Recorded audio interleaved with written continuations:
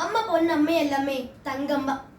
പ്രിയ DCL കൂട്ടുകാരെ, 2026 July 19 New York സിറ്റിയിലെ New Jersey stadium ഇളകി മറിയുകയാണ്. അർജന്റീനയെ ഒരു ഗോളിന് തോൽപ്പിച്ച് സ്പെയിൻ ഫിഫ ലോകകപ്പ് വിജയം നേടിയ നിമിഷം.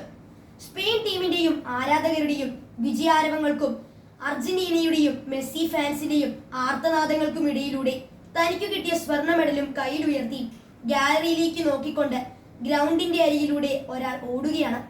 അയാളുടെ പേരാണ് നിക്കോ വില്യംസ്. ആഫ്രിക്കൻ വംശജനായ സ്പാനിഷ് ഫുട്ബോൾ ടീം അംഗം.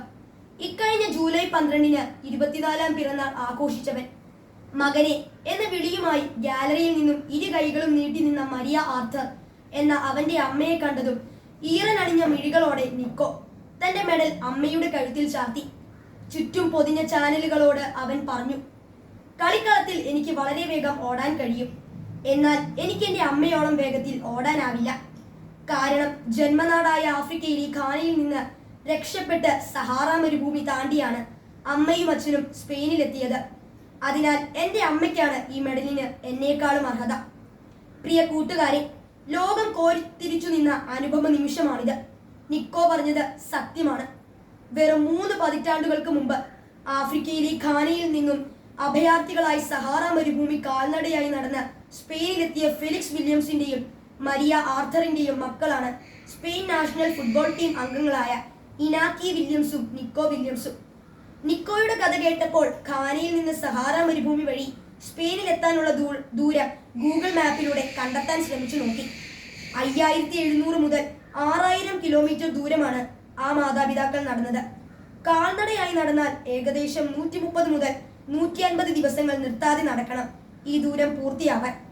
ഒരുപക്ഷെ അവർ ഘാനയിൽ നിന്നും അൾജീരിയയിലൂടെ സഹാറ കടന്ന് ഒറാനിൽ നിന്ന് കപ്പൽ കയറി അലിഖാന്റെ തീരത്തിറങ്ങി ആഘോസ്റ്റിയിലൂടെ സ്പെയിനിലെത്തിയിട്ടുണ്ടാകും. അല്ലെങ്കിൽ വെസ്റ്റ് സഹാറ വഴി നടന്ന് മൊറോക്കോ കടന്ന് ജിബ്രാൾട്ടർ കടലിടുക്കിലൂടെ സ്പെയിനിലെത്തിയിട്ടുണ്ടാകും. കൂട്ടുകാരെ, നിങ്ങളുടെ ഇന്നിലേക്ക് നിങ്ങളുടെ മാതാപിതാക്കൾ നടന്നു തീർത്ത ഇന്നലകൾ എത്രയെന്ന് എത്ര പേർക്കറിയാം? എന്റെ മാതാപിതാക്കളും നിങ്ങളുടെ മാതാപിതാക്കളും ജീവിതത്തിൽ നിരവധി സഹാറ മരുഭൂമി യാത്രകൾ നടത്തിയിട്ടുള്ളവരാണ്. തീർച്ച. ആഫ്രിക്കയിലെ സഹാറ മരുഭൂമിയിൽ പകൽ പലപ്പോഴും 60 ഡിഗ്രിയാണ് ചൂട്. ചുട്ടുപൊള്ളുന്ന മണൽ പരപ്പിലൂടെ കൊടിയ വിശപ്പും ദാഹവും സഹിച്ച് എത്തിച്ചേരുന്ന കാനാൻ നാട്ടിൽ തേനും പാലും ഒഴുകണേയെന്ന് ഓരോ കിടപ്പിലും പ്രാർത്ഥിച്ച് വിയർത്തൊലിച്ചു നടന്നത് നിക്കോയുടെ മാതാപിതാക്കൾ മാത്രമല്ല, നമ്മുടെയും മാതാപിതാക്കളാണ്. കടബാധിതകളുടെയും രോഗങ്ങളുടെയും പരാജയ ഭീതിയുടെയും ജീവിത ഭാണ്ഡങ്ങളുമായി ജീവിതത്തിന്റെ സഹാറ താണ്ടുന്ന നമ്മുടെ മാതാപിതാക്കളുടെ ഈ ജീവിതയാത്രയിൽ സ്നേഹത്തിന്റെ തേനരുവികളും സത്യസന്ധതയും വെൺമേഘത്തണലും വിശ്വസ്തതയും ദീപസ്തംഭങ്ങളുമാകാൻ മക്കളായി നമുക്ക് കഴിയണം. അവരുടെ അധ്വാനത്തിന്റെ അളവറിയണം.